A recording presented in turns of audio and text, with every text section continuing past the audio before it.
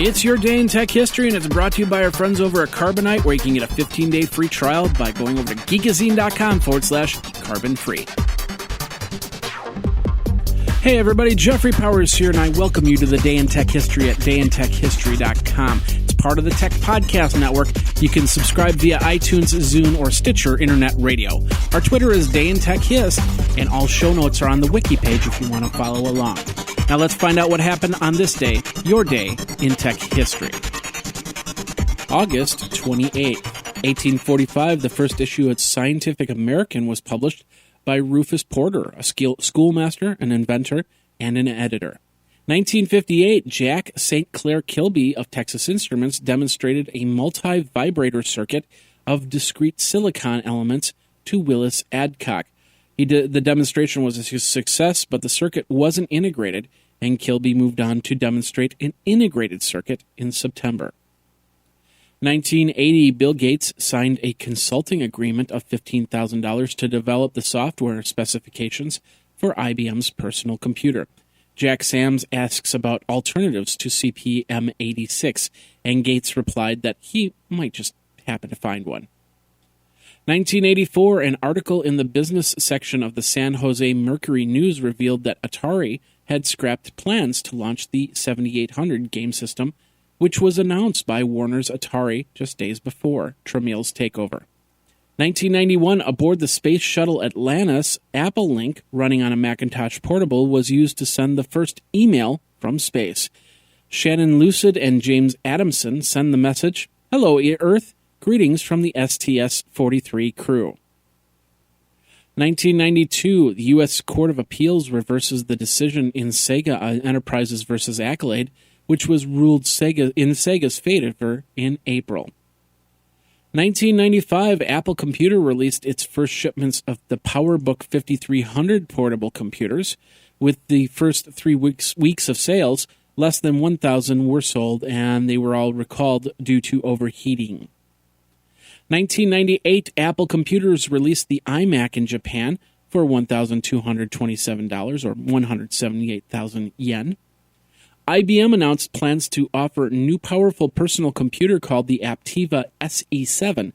The new system was based on the Intel Pentium II 450 MHz processor. The K6350 was $1,299. And Kevin Warwick, professor of cybernetics at the University of Reading in UK, becomes the first human to be implanted with a microchip.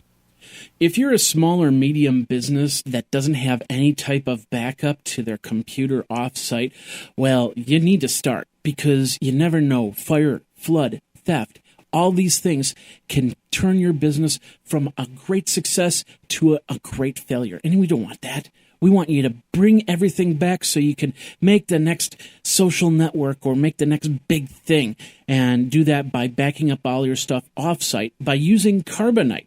Now, they have Pro plans and server plans. Pro plans starting at $269.99 a year, and server plans starting at $799.99 a year. You can hook up unlimited computers or servers. It is easy to use web dashboard, and it's all HIPAA compliant if you are a startup healthcare. Awesome there. Check it all out. Go over to geekazine.com/carbonite, geekazine.com/carbonite, and back up now, back up often, and back up all the time using Carbonite. Now let's get back into your day in tech history. 2000, AMD announced that personal computer manufacturers have begun shipping systems equipped with a 1.1 gigahertz Athlon processor for about $2,500. Intel temporarily ceased production of the 1.13 gigahertz Pentium III processor and recalled those that have been shipped due to a problem that could cause some applications to freeze. 2002, for the third time in 5 weeks, the website of the Recording Industry Association America, or RIAA, comes under online attack by activists irate about the group's legal efforts to put an end to music swapping. 2003, Canadian software maker Corel announced its $98 million acquisition by Vector Capital of San Francisco.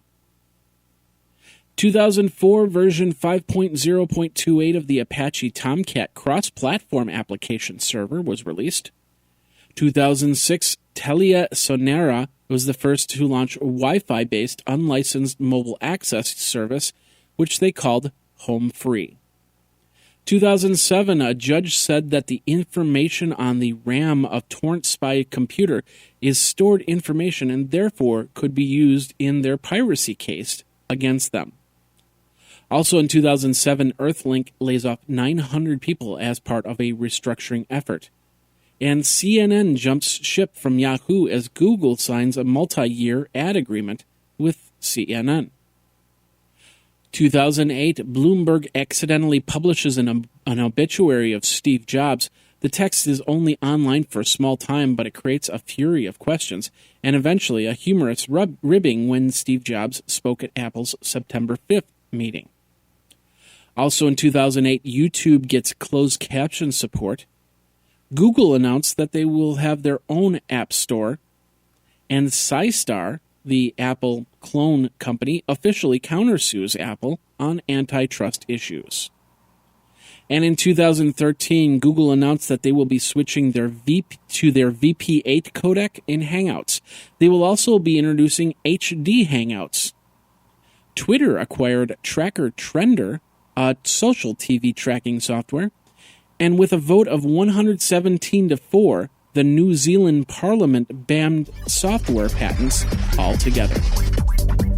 And that's your day in tech history. My name is Jeffrey Powers, www.dayintechhistory.com. All the show notes are over at wikizine.com, Geekazine's wiki.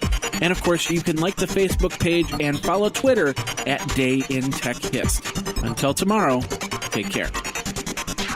Day in Tech History is copyright 2014 JMP Enterprise and Geekazine.com.